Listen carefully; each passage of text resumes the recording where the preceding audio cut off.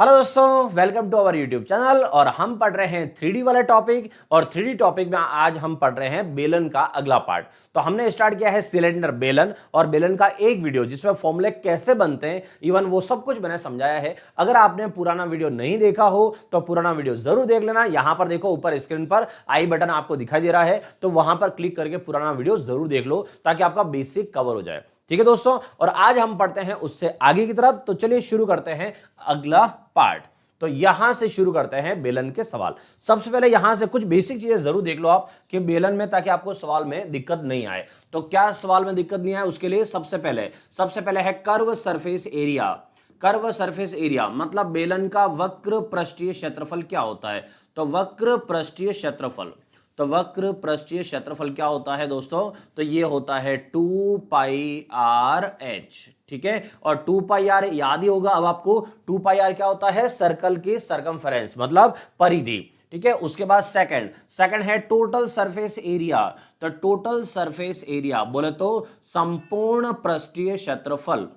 तो संपूर्ण पृष्ठीय क्षेत्रफल क्या होता है? तो संपूर्ण पृष्ठीय क्षेत्रफल होता है 2πr और r+h। 2πr r+h, ये हो गया संपूर्ण पृष्ठीय क्षेत्रफल। देन आगे और क्या पढ़ा था हमने? वॉल्यूम। तो यहां से वॉल्यूम क्या होता है दोस्तों? आयतन। ठीक है, आयतन। और आयतन का फॉर्मूला क्या है? πr²h। अब देखो यहां पर 2πr आया, ठीक है, यहां पर 2πr वापस आया, यहां 2πr, यहां 2πr, यहां πr², मतलब सब जगह कहीं कहीं πr², 2πr, सर्कल वाला काम पड़ ही रहा है। और सर्कल की टेबल अब तक मैं कितनी बार बोल चुका हूं कि सर्कल की टेबल याद कर लेना, आपका काम डायरेक्ट हो जाएगा। ठीक है, उसके बाद नेक्स्ट आपको दो फॉर्मूले और सिखाए थे एक्स्ट्रा। वो क्या थे? तो यहां पर मैं बता दूं, अगर आपसे पूछा जाए कि आयतन पर क्या प्रभाव पड़ेगा, आयतन पर प्रभाव, और अगर कुछ जो भी त्रिज्या है या ऊंचाई है, हाइट है, तो अगर उस पर कुछ परसेंटेज चेंजेस कर दिए जाए, तो कुछ परसेंटेज त्रिज्या बढ़ा दी जाए, ऊंचाई घटा दी जाए, ऐसा कुछ आ जाए, और आपसे पूछे इफेक्ट ऑन वॉल्यूम, आयतन पर क्या प्रभाव पड़ा, तो आपको फॉर्मूला यूज करना है 100 ± a, 100 ± b और 100 ± c, ऐसे। ठीक है, और अपॉन में लिखना है 100 × 100, इस तरह से लिखना है। ठीक है, और माइनस क्या करना है? 100% वापस माइनस कर लो ऐसे। तो यहां से 100 ± a, 100 ± b, 100 ± c अपॉन 100 × 100 और माइनस करना है 100%। ये चाहे कोई भी टॉपिक हो, सब जगह काम आएगा आयतन पर प्रभाव। ठीक है, कोई भी टॉपिक आ जाए। और एक और पढ़ा था आपको, और वो था क्या? संख्या। मतलब अगर कोई बड़ी वस्तु है और उसको अगर उसको पिघलाकर या उसको काट कर ऐसे छोटी छोटी चीजें बनाई जाए, आपसे पूछे वो छोटी चीजें कितनी होगी, तो उनका अगर नंबर पूछे, संख्या कितनी है, तो क्या था? बड़ा, जो बड़ी चीज है जिसको आप पिघला रहे हो उसका वॉल्यूम ऊपर लिखोगे बड़े का, और छोटे का वॉल्यूम नीचे लिखोगे। लेकिन लिखोगे दोनों वॉल्यूम ही, ऊपर बड़ा वाला वॉल्यूम रहेगा और नीचे छोटा वाला वॉल्यूम रहेगा। आई बात समझ में? तो ये थे आपके सारे फॉर्मूले जो हमने पिछली क्लास में पढ़ा था। अब आते हैं सवाल। तो यहां से देखो, मैंने इसलिए बताया है ताकि अब किसी को आगे दिक्कत नहीं आए। तो शुरू करते हैं यहां से पहला सवाल। तो क्या लिखा है देखो, दो बेलन है, दो बेलन की ऊंचाइयों का अनुपात 2:3 है तथा त्रिज्याओं का अनुपात √3 और √2 है, और इनके आयतन का अनुपात क्या होगा? सिर्फ इतना सा पूछा है। तो आयतन का अनुपात क्या होगा? तो यहां से volume first then volume second. और वॉल्यूम का फॉर्मूला क्या होता है? πr²h, यहां पर भी πr²h। यहां की रेडियस अलग, त्रिज्या अलग, यहां पर रेडियस अलग, हाइट अलग, दोनों तरफ पाई है, पाई से पाई कैंसल। देन अब वैल्यू रखते हैं त्रिज्या। रेडियस देखो, त्रिज्या कौन सी? √3। √3 का क्या करेंगे? यहां पर √3 का स्क्वायर करेंगे, तो √3 का स्क्वायर मल्टीप्लाई हाइट पहली वाली कितनी है? 2, ये हो गया 2। अब रेडियस सेकंड रेडियस है √2 का करेंगे स्क्वायर, और साथ में लगाएंगे हाइट कितने उसकी? 3। √3 का स्क्वायर हो गया 3 × 2, √2 का स्क्वायर 2 × 3, तो 3 2 और 2 3 दोनों कैंसल आउट हो गया, मतलब कितना आया? 1:1। तो आंसर हो गया इसका 1:1। क्लियर? चलो अगला सवाल देखो, आगे क्या लिखा है? दो बेलन के आयतन समान है। तो दो बेलन के आयतन समान है, तो मैं यहां लिख देता हूं volume first equal to volume second. ठीक है, और वॉल्यूम फर्स्ट सेकंड में क्या? तो वॉल्यूम का पहले फॉर्मूला लिखो, πr² इक्वल टू πr²h। ठीक है, इधर की रेडियस अलग तो उधर की रेडियस अलग, मतलब 1 1 और 2 2 कर दिया। अब आगे क्या लिखा है, इनकी त्रिज्याओं का अनुपात 4:9 है। अच्छा, इधर पाई है, पाई से पाई कैंसल, त्रिज्या का अनुपात 4:9 है, तो त्रिज्या यहां पर है 4, तो ये हो जाएगा 4 का स्क्वायर, इधर की त्रिज्या 9 का स्क्वायर। ठीक है, तो इनके ऊंचाइयों का अनुपात बताओ, मतलब हाइट हमें पता करनी है कि यहां पर हाइट का रेशियो क्या होगा। तो यहां 4 का स्क्वायर हो गया 16, फिर h1 इक्वल टू 9 का 81 h2। ओके, और आपसे पूछा है ऊंचाइयों का अनुपात, तो दोस्तों हमेशा ध्यान ना, कभी भी मैथ्स वाला और इंग्लिश वाला जब भी साथ में आए, मतलब ऐसे गुणा में आए, तो इसका आंसर उधर वाला होता है और उधर का आंसर इधर वाला होता है। मतलब h1 रेशियो h2 का आंसर कितना होगा, तो h1 का आंसर उधर हो गया 81 और h2 का आंसर हो गया इधर 16, तो आंसर हो गया 81:16। क्लियर? चलो नेक्स्ट, अगला सवाल। एक बेलन की त्रिज्या 20% बढ़ा दी जाए और ऊंचाई 20% घटा दी जाए तो इसके आयतन पर क्या प्रभाव पड़ेगा? आयतन पे प्रभाव, इफेक्ट ऑन वॉल्यूम, तो इसका मतलब इसका फॉर्मूला होता है 100 प्लस माइनस ए, फिर 100 प्लस माइनस बी, और वॉल्यूम चाहे किसी का भी हो, 3 साइड उसमें जरूर आएगी, चाहे एक रिपीट हो, 2 रिपीट हो, लेकिन आएगी जरूर 3 साइड। तो यहां से 100, ये 100 ऐसे लिखना है। अब देखो यहां पर जो है बेलन है सिलेंडर, और सिलेंडर का फॉर्मूला क्या होता है दोस्तों, वॉल्यूम का पाई आर स्क्वायर एच। मतलब ये है कि पाई तो चलो कांस्टेंट वैल्यू है, आर का स्क्वायर, इसका मतलब 2 जगह आप लिखोगे रेडियस को, आर को, और एक जगह लिखोगे आप हाइट को, ऊंचाई को। तो यहां से रेडियस देखो 20% बढ़ा दी जाए त्रिज्या, तो 2 जगह लिखोगे 20% बढ़ा दी जाए, 120 इंटू 120। फिर उसके बाद हाइट, हाइट कितनी है 20% कम कर दी जाए, तो लास्ट में लिखेंगे हाइट 20% कम कर दी जाए, 100 अपॉन यहां पर 100, तो ये गया 1 2 3, 3 0 तो कट गया ये, फिर 12 कितना हो गया 144, 144 को 8 से मल्टीप्लाई करो और 100 से, या सॉरी 10 से डिवाइड कर लो।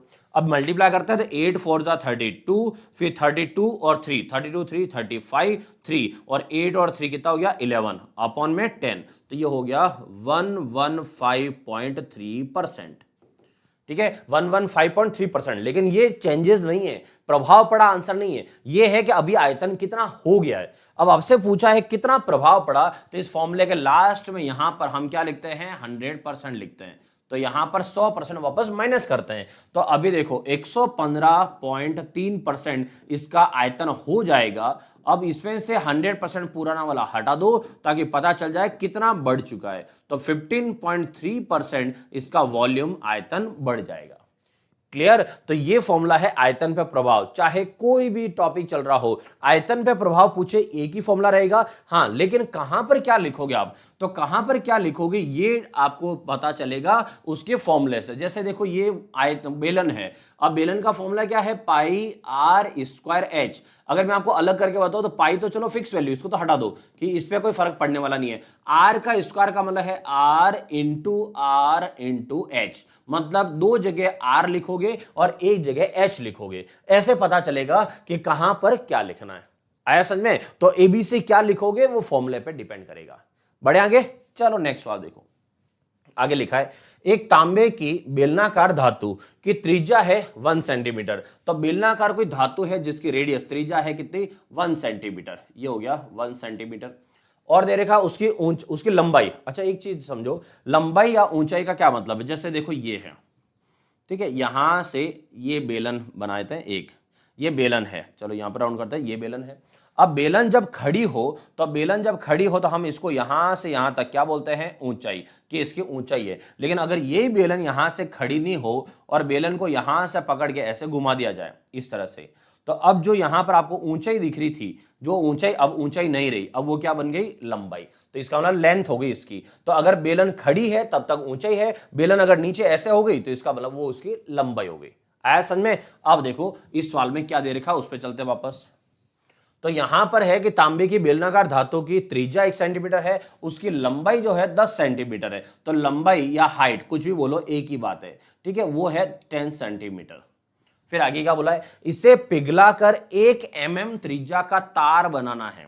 तो 1 mm त्रिज्या का तार बनाना हो तो उस तार की लंबाई कितनी होगी। सबसे पहला पॉइंट ये समझो, कभी भी किसी भी आकृति को अगर पिघलाते हैं और पिघला के अगर नया बनाया जाए तो किसी भी को मतलब कोई भी आकृति हो, पिघलाने का मतलब होता है जैसे पेन है, इसको पिघला कर अगर कुछ भी नया बनाएंगे तो इसका वॉल्यूम यूज होगा, एरिया यूज नहीं होगा। क्या यूज होगा? वॉल्यूम। तो इसका मतलब है एक वस्तु से दूसरी वस्तु बनाई जाए तो इसका मतलब है इसका जितना आयतन है वो आयतन पूरा दूसरे में जाएगा। तो सीधा सा लॉजिक ये हुआ कि इसका आयतन और इसका आयतन फिर तो बराबर ही हुआ, क्योंकि ये पिघल के वही बन रहा है, तो दोनों का आयतन हमेशा इक्वल होता है। ध्यान रखना। अभी क्या हो रहा है, पहले वो बेलनाकार धातु थी, उसके बाद उसको पिघला के एक तार बना दिया, मतलब धातु का आयतन और तार का आयतन सेम होगा। तो यहां मैं लिख देता हूं आयतन वॉल्यूम फर्स्ट, आयतन फर्स्ट इक्वल टू आयतन सेकंड। ये हो गया दोनों के आयतन इक्वल, आयतन फर्स्ट और आयतन सेकंड। अब आता है आयतन का फॉर्मूला क्या होता है, तो pi R square H equal to pi R square H. Clear. फिर यहां से आता है पाई से पाई कैंसल दोनों में। फिर आता है रेडियस, अब इसकी त्रिज्या अलग, इसकी हाइट अलग, इसकी त्रिज्या अलग, इसकी हाइट अलग आएगी। फिर आता है यहां से क्या, तो पॉइंट क्या है कि ये तार, अच्छा पॉइंट ये भी था कि चलो पहले तो बेलनाकार धातु आपको पता था बेलन है, दूसरी बार क्या है, यहां तो चलो लिख दिया मैंने डायरेक्ट ही। तो ये तार कभी भी ध्यान रखना दोस्तों, जो तार बनाए जाते हैं तो हमारे घर में जो तार होते हैं वायर, आप चेक करो वायर सारे के सारे राउंड में होते हैं। चौकोर आपने देखा ऐसा, चौकोर वायर बहुत कम देखा होगा या कि देखा भी हो तो, अदरवाइज देखना सारे 99% सब तार जो होते हैं वो गोल ही होते हैं। तो इसका मतलब तार लंबा होता है और होता गोल है, इसका मतलब वो क्या है, कौन सा शेप हो गया, बेलनाकार सिलेंडर का शेप है। तो सिलेंडर का शेप है, इसलिए मैंने यहां लिखा था कि पहले भी बेलन है और बाद में भी जो बनाया जा रहा है वो भी बेलन ही है, सिलेंडर, इसलिए दोनों तरफ आयतन मैंने सिलेंडर का लिखा है। अब आगे क्या क्या दे रखा है, तो पहले जो धातु है उस धातु की त्रिज्या है 1, तो 1 सेंटीमीटर त्रिज्या है तो 1 इंटू 1 ये कर दिया। फिर उसके हाइट या लंबाई ऊंच कितनी है, तो यहां से दे रखा 10 सेंटीमीटर, तो ये हो गया यहां पर 10, ये हो गया 10, आर स्क्वायर एच। अब इधर आते हैं, जो आप तार बना रहे हो वो तार की त्रिज्या 1 mm है और वो है सेंटीमीटर, और 1 सेंटीमीटर में कितने mm होते हैं, तो 1 सेंटीमीटर में 10 mm होते हैं। कितने mm होते हैं, 10 mm। अगर मुझे पता करना है कि मुझे सेंटीमीटर को mm बनाऊं तो 10 का गुना करो, और अगर 1 mm में कितने सेंटीमीटर होते हैं तो 1 mm की बात करो तो 10 को इधर भेज दो, इसका मतलब ये हो गया 1/10 cm।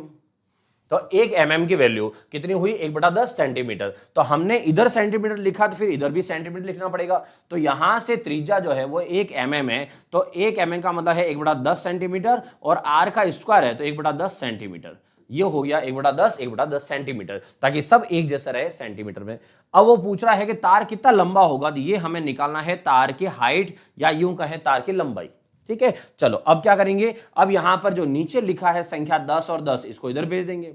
तो 10 इंटू 10 कितना हो गया, 100, 100 इधर आएगा, और किससे गुणा हो जाएगा, 10 से। 10 का गुणा 100 से हुआ तो कितना आया, 1000 आया, ये 1000 इक्वल टू इधर क्या बचा हुआ है, H2 बचा हुआ है, और 1000 किसके अंदर आएगा, तो हमने सबको किसके अंदर लेके चला है, सेंटीमीटर, तो 1000 सेंटीमीटर आएगा, 1000 सेंटीमीटर। अब डिपेंड करता है कि ऑप्शन किस में है। अगर मान लो ऑप्शन सेंटीमीटर में नहीं है और मीटर में है तो सेंटीमीटर से मीटर बना दो। तो यहां से सेंटीमीटर से अगर कभी मीटर बनाओ तो 1000 सेंटीमीटर है।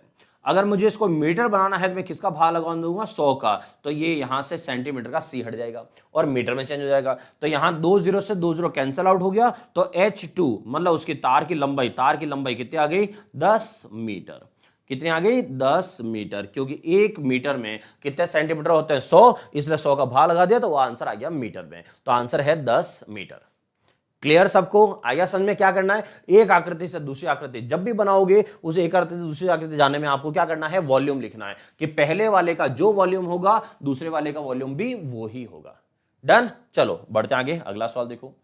अगला सवाल लिखा है, एक रोड रोलर है, तो रोड रोलर का बड़ा पहिया है। तो एक रोड रोलर है जिसका बड़ा पहिया, तो रोड रोलर तो सब जानते ही हैं, तो रोड रोलर है उसका बड़ा पहिया है, ये बड़ा पहिया है। रोड रोलर के बड़े पहिए की जो त्रिज्या है, तो त्रिज्या दे रखी है 1.4, तो त्रिज्या है 1.4, ये हो गया रेडियस 1.4 है, और पहिए की लंबाई 1.5 मीटर है। तो यहां से यहां तक ये हो गया 1.5 मीटर, यहां से ये हो गया पहिए की लंबाई। तो पहिए के 10 चक्कर लगाने पर वह कितना क्षेत्रफल समतल करेगा। तो अब देखो करना क्या है, यहां से अब ये बोल रहा है जो क्षेत्रफल समतल करेगा, अब पॉइंट आता है कि क्षेत्रफल समतल करेगा वो कौन सा एरिया, कौन सी जगह जमीन पर टच होगी। जैसे देखो मैं एक पेपर से आपको समझाऊं तो ये पेपर है, ठीक है, मतलब ये इसको मैं फोल्ड कर देता हूं, ये हो गया हमारा सिलेंडर शेप, सिलेंडर शेप है। अब ये रोड रोलर है, अगर ये रोड रोलर जमीन पे चलता है तो जमीन पे जो एरिया समतल करेगा वो कौन सा हिस्सा टच होगा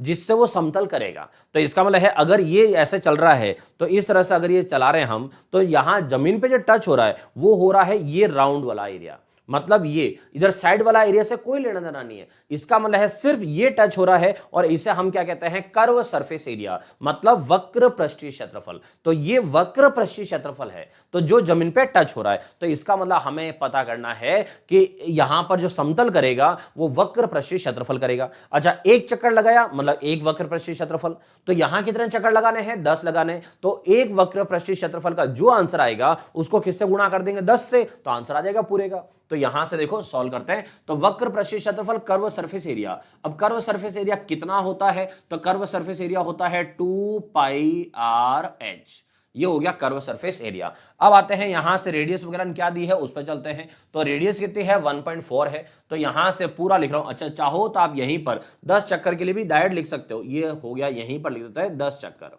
अगर 10 चक्कर लगाता है तो 2 पाई आर एच, और इसी को किससे गुणा करा लो, 10 से, तो ये पूरा एक साथ हो जाएगा। अब 2 पाई आर एच, तो 2 का 2 हो गया पाई, पाई की वैल्यू 22/7 हो गई, रेडियस, रेडियस 1.4 हो गया, फिर हाइट, हाइट मतलब है इस पहिए की लंबाई 1.5, तो थोड़ा सा इसको इधर खिसका देते हैं, यहां से 1.5 ये हो गया और यहां से 10 हो गए चक्कर, ये हो गया पूरा। चलो अब आते हैं इसका पॉइंट हटाते हैं, पॉइंट हटाने से नीचे 10 आ गया, इसका पॉइंट हटाते हैं, इससे हटाने से नीचे 10 आ गया। अब काट देते हैं, तो यहां से देखो 10 से 10 पूरा कैंसल हो गया, फिर यहां से 2 की टेबल से, जैसे ये 2 है, 2 से 10 कितना टाइम, 5 टाइम, और 5 से 15 कितना टाइम, 3 टाइम, फिर 7 से 14 2 टाइम, तो ये हो गया 22 और 2 44, और 44 का 3 से मल्टीप्लाई करें तो कितना हो जाएगा 132, और किस में आएगा, तो किस में चल रहा है सवाल, मीटर, यहां क्या है मीटर, इसका मतलब 132 क्या आएगा, मीटर स्क्वायर आएगा,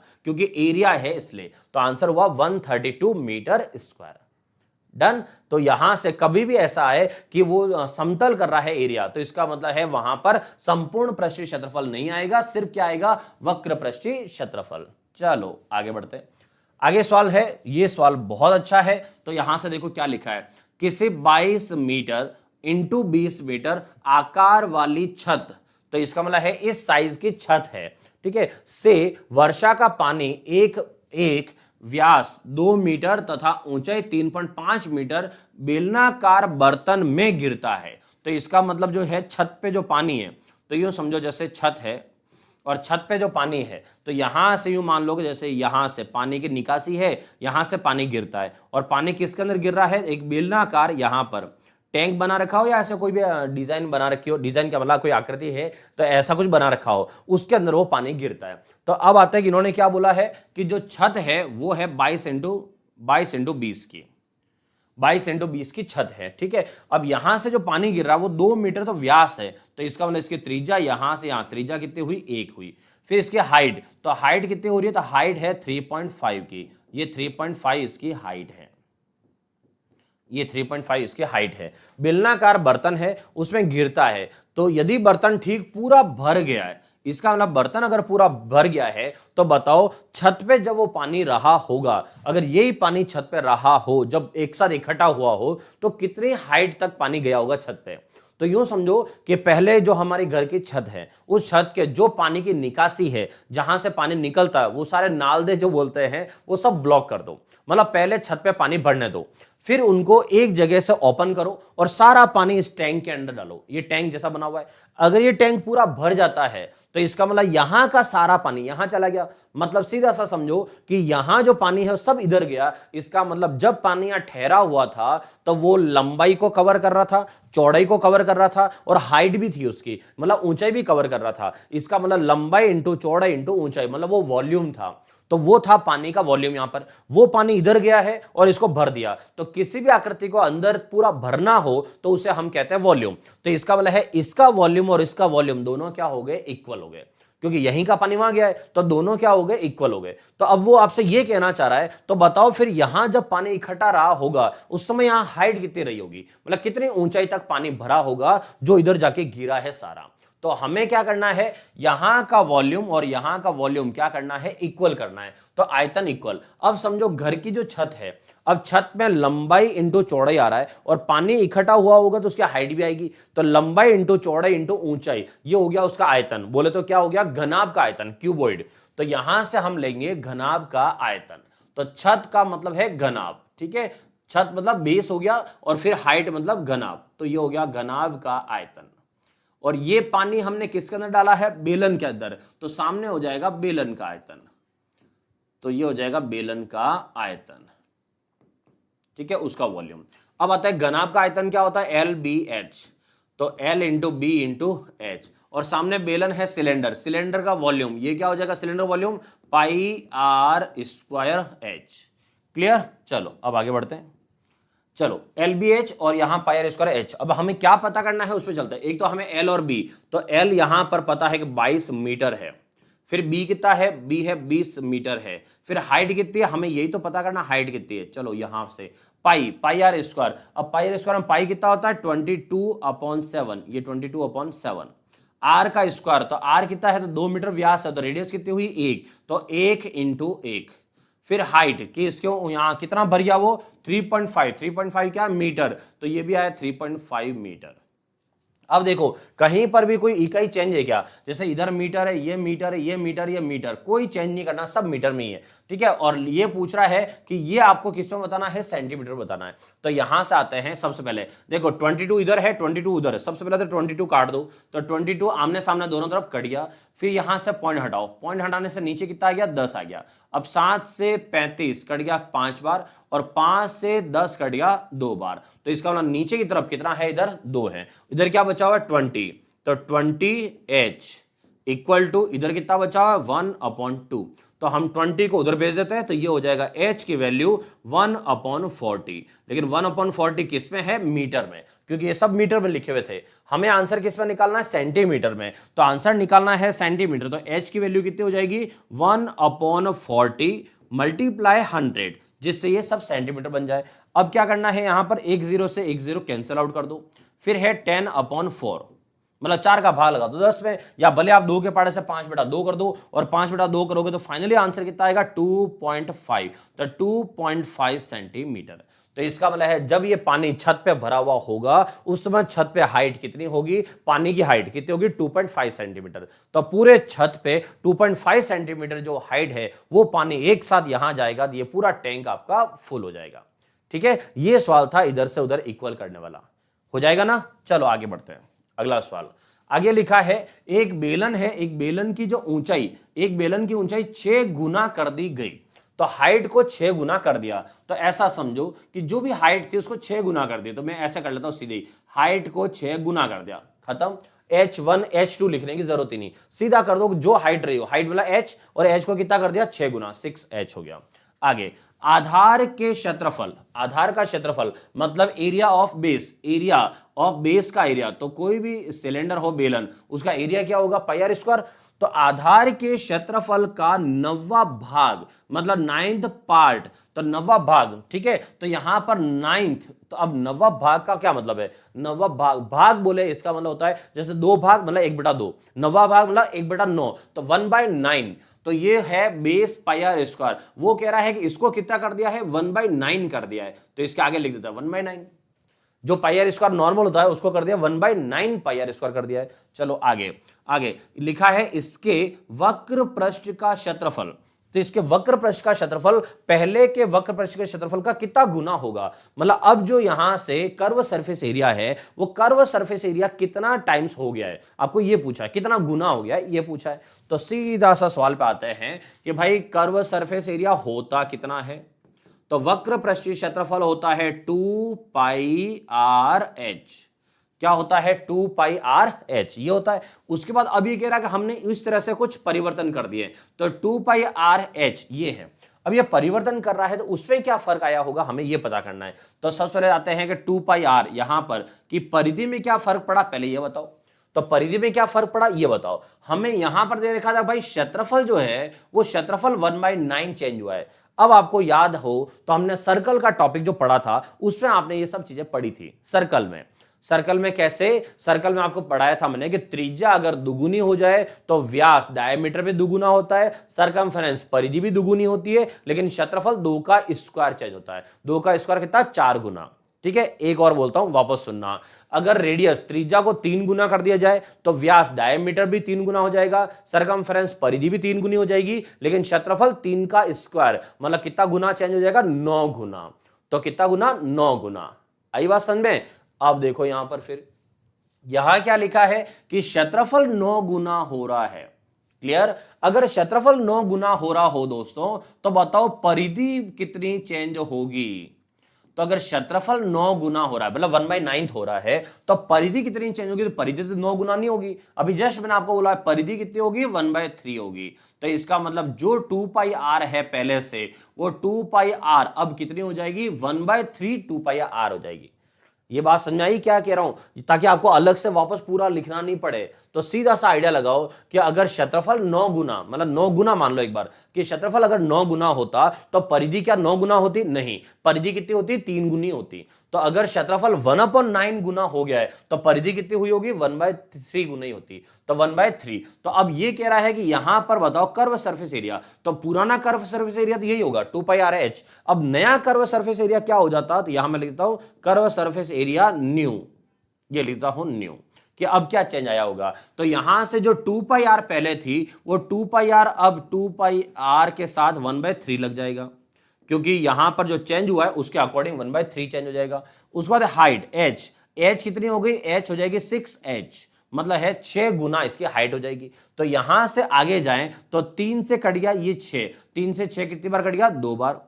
तो ये हो जाएगा 2πr इंटू 2h। अब हमारा सेम फॉर्मूला वापस बनाने के लिए 2 को आगे ले आओ, तो 2 आगे आ जाए तो ये हो जाएगा 2 मल्टीप्लाई 2πrh, मतलब हुआ ये 2πrh अपनी जगह पर है, आगे कितना लग गया है, 2 लग गया। इसका मतलब क्या हो गया कि जो पुराना कर्व सरफेस एरिया था उसके आगे 2 लग चुका है। इसका मतलब यह है कि जो नया वक्र पृष्ठीय क्षेत्रफल है वो पुराने वाले वक्र पृष्ठीय क्षेत्रफल का दुगुना हो जाएगा।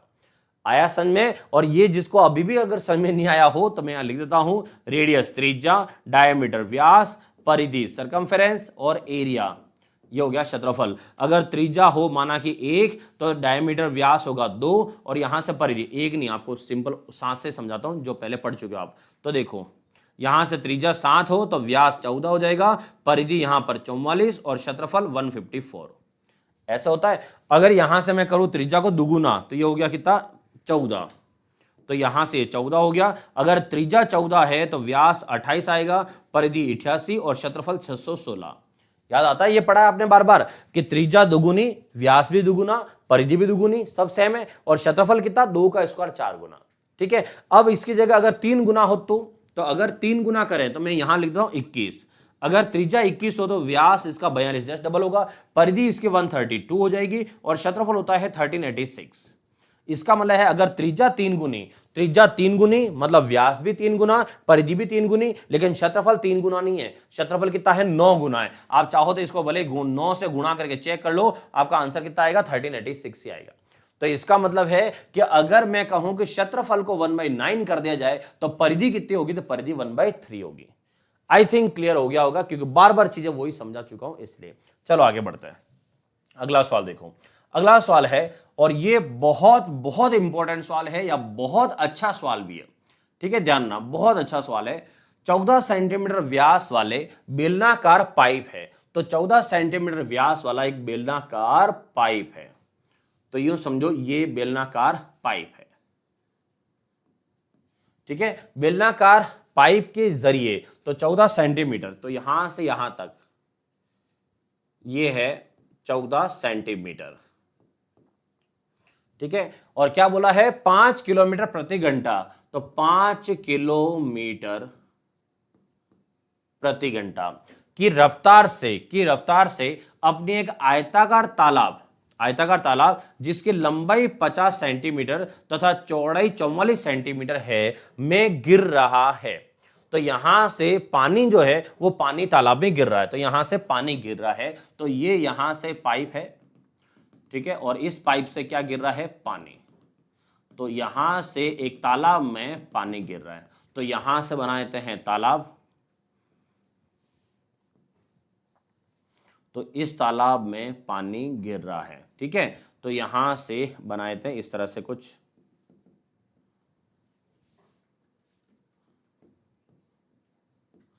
ठीक है, तो इसके अंदर ये पानी सारा आके गिर रहा है यहां पर,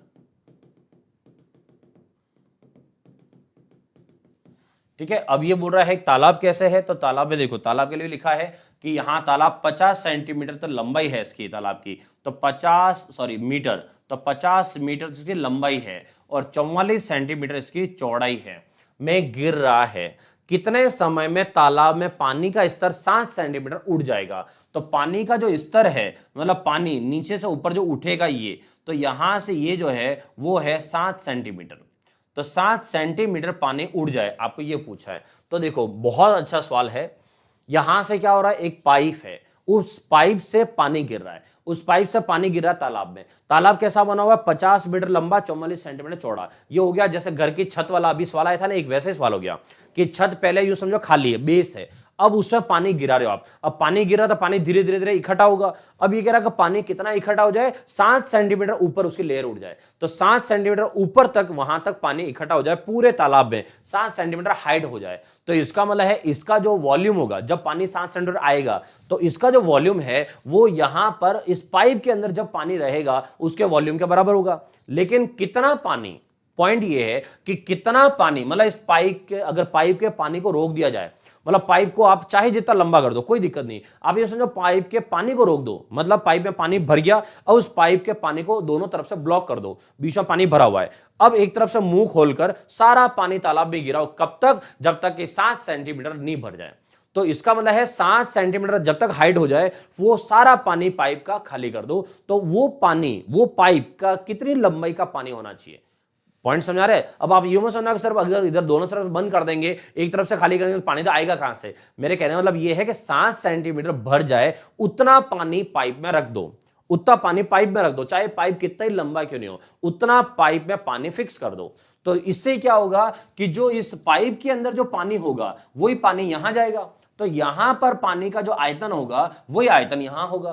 तो इसका मतलब है इसका जो आयतन है किसका, पाइप का, तो पाइप के अंदर पानी का जो आयतन है, पाइप में पानी जो है, या मैं सीधा कहूं पाइप का आयतन ही मान लो आप, एक ही बात है वो, ठीक है। तो पाइप का आयतन, क्योंकि पाइप में पानी भरा हुआ है तो यहां मैं लिखता हूं पाइप का आयतन, और यहां पर लिखता हूं तालाब का आयतन। तो तालाब में जो पानी भरा है उस पानी का आयतन, इतना आप समझदार हो कि कहना क्या चाह रहा हूं, ठीक है। तो यहां से पाइप का आयतन और सामने लिख देता हूं यहां पर तालाब का आयतन, दोनों इक्वल हो जाएंगे। अब ऐसे का पाइप जो है वो पाइप कौन सा है, तो पाइप तो है बेलनाकार, तो इसका मतलब इधर आएगा बेलन का आयतन, और बेलन का आयतन क्या हो जाएगा दोस्तों, पाई आर स्क्वायर एच। और इधर है तालाब, तालाब कौन से शेप का है, तालाब है कौन सा, क्यूबॉइड घनाभ, और घनाभ का आयतन क्या होता है, L into B into H. Clear, ये हो गया हमारे यहां से इसका आयतन, ये आयतन हो गया। अब चलते हैं आगे, यहां से पाई आर स्क्वायर एच पता करते हैं। तो सबसे पहले पाई, पाई तो आप सब जानते हो, पाई 22/7 हो गया।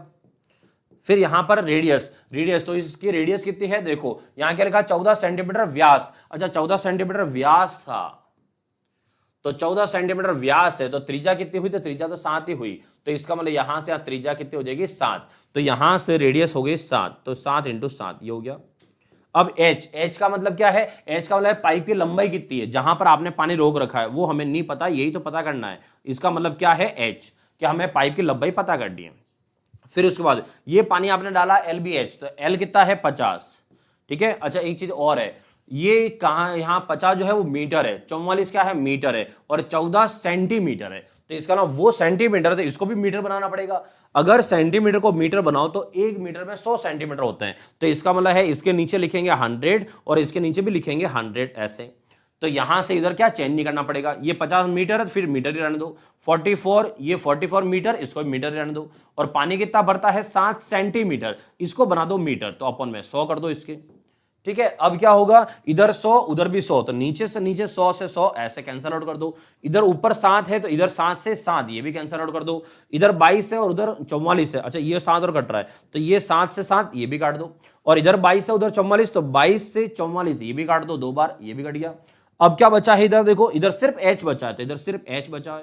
और सामने कितना है, 50 × 2, 50 × 2 कितना होता है, 100। अब ये आंसर किस में आएगा, तो आंसर किस में चलेगा, मीटर में, क्योंकि हमने सेंटीमीटर को मीटर बनाया था। इसका मतलब है कि पाइप के अंदर आप जो पानी रोक रखा आपने, वो 100 मीटर का पानी रोक रखा है। तो पाइप के अंदर 100 मीटर पाइप जो है, 100 मीटर लंबा पाइप, उसके अंदर पानी फुल भर दो और 100 मीटर लंबे पाइप को दोनों तरफ से पानी को ब्लॉक कर दो। तो 100 मीटर लंबा पानी जो पाइप है वो ब्लॉक कर दिया। अब सवाल वाला ये पूछ रहा था यहां से कि यहां कितने समय में तालाब में पानी का स्तर होगा, कितने समय में, मतलब ये कहना चाह रहा है कि 100 मीटर जो पानी है वो 5 किलोमीटर प्रति घंटे की स्पीड से अगर आप चलाओ तो 100 मीटर लंबा जो पानी का पाइप है उसके अंदर पानी का फोर्स जो है वो 5 किलोमीटर पर आवर की स्पीड से गिराओ पानी को, कितना टाइम लग जाएगा, आपको ये पूछा है। तो यहां से ले लेते हैं कि भाई इसकी स्पीड क्या चल रही है, 5 किलोमीटर 1 घंटे में। तो 1 घंटा मतलब वही 60 मिनट ले लो, 60 मिनट में, तो 60 मिनट, तो 5 किलोमीटर पानी जो जाता है वो 60 मिनट में जाता है, ठीक है। तो इसका मतलब 1 किलोमीटर पानी कितनी देर में जाता होगा, तो 1 किलोमीटर 60/5 कर दो, 60/5 मतलब 12 मिनट में। तो 1 किलोमीटर पानी का जो पानी जाता है, ट्रेवल करता है, वो 12 मिनट लगते हैं। 1 किलोमीटर को अगर मैं मीटर बोलूं तो 1 किलोमीटर को अगर मैं मीटर बोलता हूं तो 1000 मीटर, और 1000 मीटर को ट्रेवल करने में टाइम लगता है 12 मिनट का। और हमारा यहां पर जो पाइप है वो पाइप हमने कितना है, 100 मीटर पाइप है, तो 100 मीटर, तो ये तो डायरेक्ट यहीं से हो जाएगा भाई, 1000 मीटर में से एक जीरो कम कर दो, कम कर दो मतलब 10 का भाग लगा दो। तो इधर जो 12 है, इस 12 में भी 10 का भाग लगा दो, तो 12/10 मिनट, और 12/10 मिनट का मतलब हुआ 1.2 मिनट। तो 1.2 मिनट में ये सारा पानी 5 किलोमीटर पर आवर की स्पीड से उस तालाब के अंदर गिर जाएगा, और तालाब जो है उसके लेयर 7 सेंटीमीटर उसकी हाइट ऊपर आ जाएगी पानी की। ये था आपका पूरा सवाल इस तरह से। डन।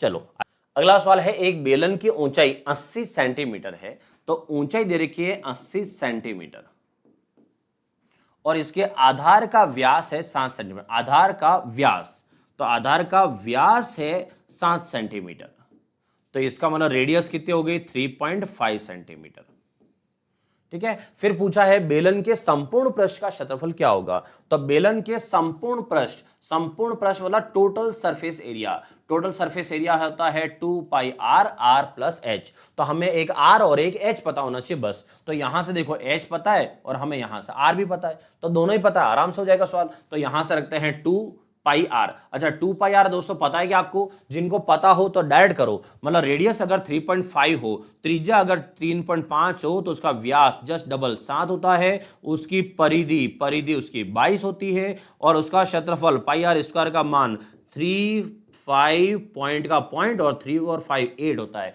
ये टेबल मैंने सर्कल वाले टॉपिक में बहुत बार पढ़ा चुका हूं, तो यहां से आप जिनको याद है वो डायरेक्ट लिखो, फिर पूरी मेहनत क्यों करो। 2πr की वैल्यू कितनी है, डायरेक्ट 22 लिखो। फिर यहां से r कितने है, r 3.5 है, और यहां से h कितना है, तो h 80 है। फिर यहां से 22 मल्टीप्लाई, ये हो गया कितना, 83.5 हो गया। अब यहां से आप चाहो तो पॉइंट हटा दो, अपॉन में नीचे 10 आ जाएगा। फिर यहां से कट कर लो, जैसे 2 की टेबल से 2 के से ये 5 टाइम और 2 से ये 11 टाइम, और 2 से इसको काटा तो कितना हो गया, तो 2 से 1, पहले 1, फिर आया कितना 3 6, और फिर यहां 7, ये हो गया, इससे कट गया। अब आते हैं 11 का मल्टीप्लाई करो 167 से, तो 11 का मल्टीप्लाई 167 से। अब 11 का गुणा अगर आपको पता हो दोस्तों, तो 11 का गुणा करने की एक शॉर्ट ट्रिक होती है कि लास्ट वाला नंबर एज इट इज रखो 7 का 7, फिर पड़ोसी को प्लस करो, तो 6 और 7 13, 13 का सिर्फ 3, 1 लिख दो कैरी फॉरवर्ड मतलब हासिल, तो इसके ऊपर लिखो 1, ठीक है। अब ये 6 नहीं, अभी कितना हो गया 7, 7 और 1, तो 7 और 1 कितना हो गया 8 हो गया, ऐसे 8, और आगे जो 1 है वो 1 का 1 ऐसे रहेगा, मतलब हो गया 1837। तो इसका 11 का इससे गुणा कर, ये हो गया 1837, और 1837 क्या है, सेंटीमीटर लिखा है तो सेंटीमीटर स्क्वायर हो जाएगा, ये सेंटीमीटर स्क्वायर आंसर क्लियर। तो ये है बेलन का आपका सेकंड वीडियो। तो बेलन का फर्स्ट वीडियो में आपको पढ़ाया था मैंने कि बेलन के फॉर्मूले कैसे बने हैं, बेलन का बेसिक क्या है, और उसके बाद आज हमने पढ़ा है कुछ सवाल और बहुत अच्छे सवाल भी आए थे। ठीक है, ऐसे सवाल हम और आगे पढ़ेंगे क्योंकि अभी तक सिलेंडर बेलन खत्म नहीं हुआ है, अभी तो बेलन और पढ़ना बाकी है। तो बेलन को मैं आपको क्या बोला, शुरू से बोल रहा हूं, थोड़ा थोड़ा पढ़ो, रोज पढ़ो और जो है जम के पढ़ो ताकि आप हर तरह का सवाल कर सको। ठीक है दोस्तों, मिलते हैं वापस कल, तब तक बाय बाय, जय हिंद।